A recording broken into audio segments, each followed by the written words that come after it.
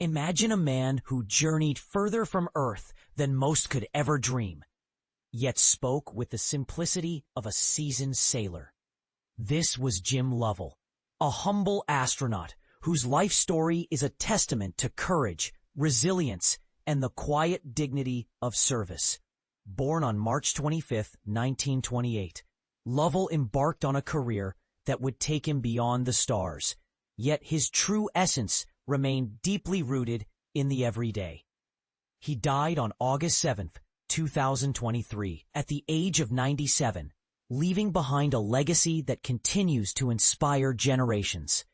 But here's where it gets controversial. While Lovell's achievements were unparalleled, his communication style was famously understated. When the engines of his Titan rocket roared to life in 1965, propelling him and Frank Borman into the cosmos aboard Gemini 7, his response was simply, "We're on our way, Frank." And upon returning from Gemini 12 in 1966, Lovell's exuberance was captured in the simple, almost dismissive, "Boy, boy, boy." Even during the harrowing Apollo 13 mission in 1970, when an onboard explosion threatened their lives, Lovell's famous line, "Houston, we've had a problem," was delivered with the calm, matter-of-fact tone of someone checking the oil level in their car. This isn't to say Lovell lacked passion or emotion. Far from it. Jack Swigert, Lovell's fellow astronaut on Apollo 13, once remarked that the very qualities that made astronauts suitable for such perilous missions, a cool, detached engineer's mindset, also prevented them from fully grasping the enormity of what they were doing. You could either go to the moon, or you could marvel at the journey. You couldn't do both. And this is the part most people miss. There was one exception to Lovell's typically reserved demeanor.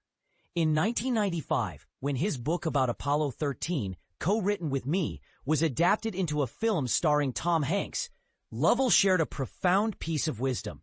He had witnessed firsthand the fleeting nature of fame, having been celebrated and feted after his missions, only to see public interest wane over time. "Remember where you're standing when the spotlight goes off," he advised me, "because no one's going to help you off the stage." This advice, grounded in his own experiences, was invaluable and remains a guiding principle for many. Lovell's humility extended to his personal life as well. Despite his accomplishments, he considered himself a man of the earth, a naval officer, a father of four, and a homeowner who happened to have traveled to space. When planning a vacation with his wife Marilyn, he joked, "I've been to Europe, I've been to Asia and Australia and the moon and Africa." The moon was indeed on the list, but it wasn't even the top destination. His approach to his space missions was equally practical. During Gemini 7, Lovell and Frank Borman spent 14 grueling days in a cramped spacecraft with limited living space. They weren't scheduled for spacewalks or intricate docking maneuvers. Their mission was straightforward: determine if humans could survive such a lengthy stay in space. Lovell often quipped, "It was 2 weeks in a men's room." Gemini 12, however, proved different. 11 months after Gemini 7, Lovell took command, this time with Buzz Aldrin as co-pilot. Their mission was the final Gemini flight, and Lovell's enthusiasm was palpable. As they walked to their rocket, Lovell wore a sign reading "The," while Aldrin carried "End." It was during the Apollo program that Lovell truly became an icon. Apollo 8, Apollo 11, and Apollo 13 stand out as pivotal moments in space exploration, and Lovell flew on 2 of them.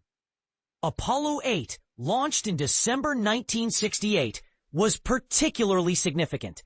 The world was reeling from the Tet Offensive, assassinations, riots, and political upheaval. But NASA offered a moment of respite. On Christmas Eve, Lovell, Borman, and Bill Anders orbited the moon, broadcasting breathtaking images of Earth back to a global audience. Lovell described the experience. "The vast loneliness up here of the moon is awe-inspiring. It makes you realize just what you have back on Earth. The Earth from here is a grand oasis in the big vastness of space. Their broadcast concluded with a reading from the Book of Genesis, adding a spiritual dimension to the event. The astronauts wished the world a Merry Christmas and God's blessings, encapsulating the spirit of hope and unity amid chaos. After Apollo 8, Orman and Anders retired from NASA, but Lovell's journey wasn't over. In April 1970, he was set to lead Apollo 13, NASA's third moon landing attempt. Tragedy struck when an onboard explosion damaged the spacecraft, forcing the crew to focus on survival. Lovell's leadership and quick thinking ensured the safe return of himself, Swigert, and Fred Haise. Despite offers for another mission, Lovell knew his time in space was limited. With Marilyn's health in mind, he chose not to risk another launch. Marilyn passed away in 2021, nearly 2 years before Jim, but their love endured. Lovell honored Marilyn by naming a mountain on the moon after her, a gesture that was officially recognized by the International Astronomical Union in 2017. Throughout the years, I had the privilege of visiting the Lovell home in Lake Forest, Illinois, where I stayed with my daughters. We toured the Chicago Museum of Science and Industry together, where Apollo 8 is on display. Lovell's connection to the exhibits was evident, especially when he shared the story behind Anders' iconic Earthrise photo. In one room, a small bronze baby shoe served as a reminder of Lovell's early life.